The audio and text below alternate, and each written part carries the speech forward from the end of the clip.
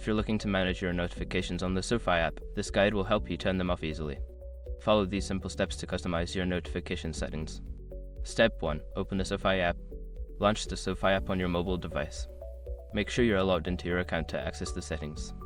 Step 2. Access settings. Look for the settings icon, usually represented by 3 horizontal lines typically found in the upper corner of the app. Tap on it to enter the settings menu. Step 3. Navigate to notifications. In the settings menu, find the option labeled notifications. This section will allow you to view and manage all your notification preferences. Step 4. Adjust notification preferences. Once in the notifications section, you will see a list of different types of notifications. Toggle off the notifications you no longer wish to receive, such as alerts for transactions or promotional messages.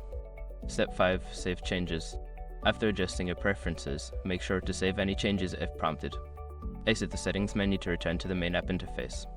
By following these steps, you can easily turn off notifications on the SoFi app and enjoy a more tailored experience. If you need further assistance, consider checking the help section within the app.